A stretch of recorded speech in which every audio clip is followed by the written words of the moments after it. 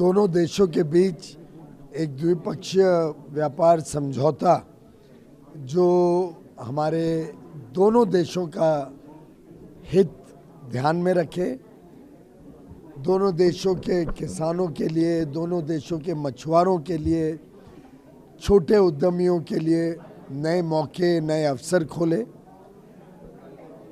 निवेश भी बढ़े, व्यापार भी बढ़े, टेक्नोलॉजी के संबंध में भी किस प्रकार से दोनों देश आपसी संबंध बढ़ा सकें।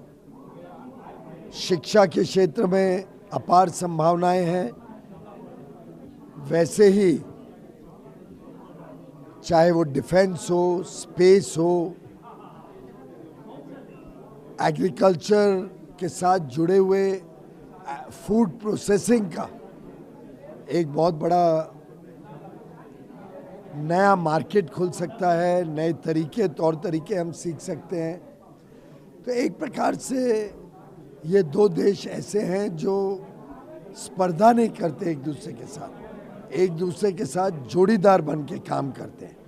और मैं समझता हूँ कि ये कॉम्प्लीमेंट्री इकोनॉमीज जो मिलकर आपस का व्यापार भी बढ़ाएंगे, लेकिन साथ ही साथ मिलकर पूरे दुनिया में दोनों देश का व्यापार बढ़ेगा, वो भी एक बहुत बड़ा इसमें से लाभ मुझे दिखता है।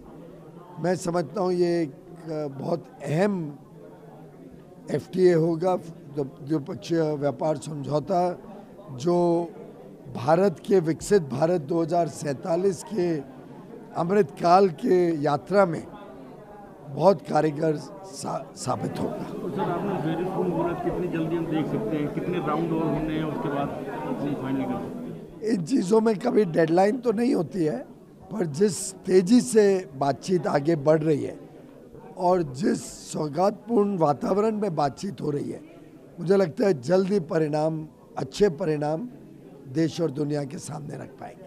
Well, once the FTA has landed, it will be significant. We've seen over the last year, two-way trade has increased by 10%. Which is a very large increase when we think about, the size of the two economies.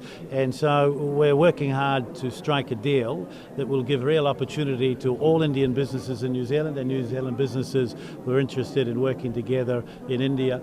But it's much, much more than just what we might buy and sell from each other. It's how we can cooperate in areas of science and innovation, how we can take some of the things we've done in New Zealand about producing some of the highest quality food, growing it in New Zealand, and bring that to help Indian farmers be much more productive to feed people in India and export to the world. So those are the areas our negotiators are still looking at.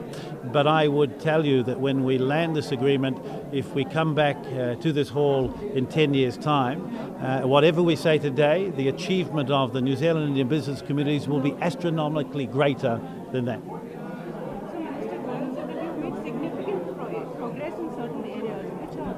Well, we've agreed not to talk about the detail of the negotiation whilst our negotiators are still working, but across the broad spectrum of things that we've identified are important to India and New Zealand, we're making very good progress.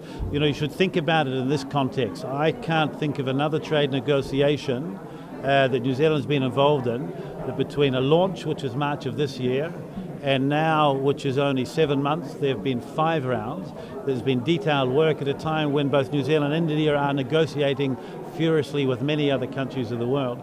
So it's the constructive spirit that Minister Goyal and I have agreed that we will look for solutions to the challenging issues rather than just saying we keep arguing about them, that's allowed us to make progress. I'm looking forward to being in India next week for my 6th visit since I became minister less than 2 years ago, and we'll be looking at ways that we can continue the cooperation.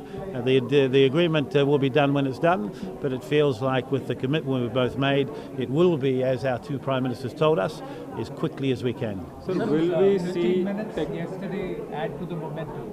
Tell me what? The 15 minutes outside, the conversation that the three of you had, including Prime Minister. We were talking about whose cricket team was better.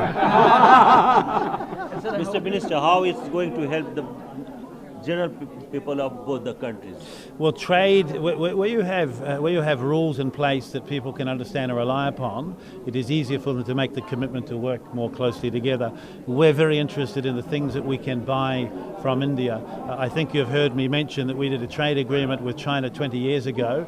Today we import almost $20 billion worth of goods from China.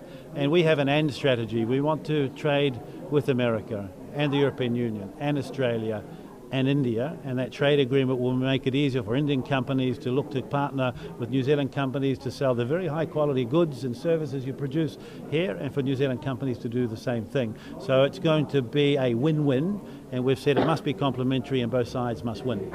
So will we see any kind of technology transfer in the area of agriculture and dairy under this FTA? So that's one of the things we've been talking about today, and the answer is yes, we will. Already that is possible, but we want the trade agreement to supercharge that. You know, we were talking a little bit as we were looking today at the grass that's grown in New Zealand. We've recognised for production, the higher the quality of the grass, the more farmers can produce. And we have had decades of scientific research go into that. Already in parts of the country where we see because of warming temperatures and climate change, the grasses are not working as well as they used to. Our scientists are working on how they can improve that through selection and better knowledge around the soil. These are all things that we want to share with India. Prime Minister Modi has said he wants to increase the earnings of Indian farmers by 50% by 2030 or 2035. New Zealand is happy to join into that to achieve it, because actually through the exchange of technology, not only is India and New Zealand better, all of the world will be better. Thank you. So when you visit the next week with the teams, will that be the next round of the negotiations? No, well, some of the teams are coming, but mainly it's an opportunity for me to come back to India. One of the things I'm exploring is how I get citizenship. I'm coming so often. Minister, can India New Zealand trade go from 2 billion to 20 billion? Yes, very easily it can. We need to have good rules in place the business community can understand. We need people in both directions to believe they can move more freely, and we need investment in both directions to come back and forth. There was a New Zealand company today that's owned by an Indian New Zealander. He makes mattresses and beds.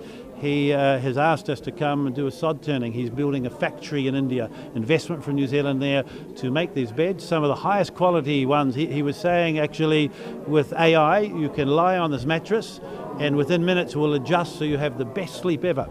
Trade ministers are not allowed that. We're not allowed to sleep. We have to keep working, but there will be opportunities in both directions, and I think that we will come back in some years' time and say the prediction of a $20 million worth of two-way trade actually has been surpassed. Thank you.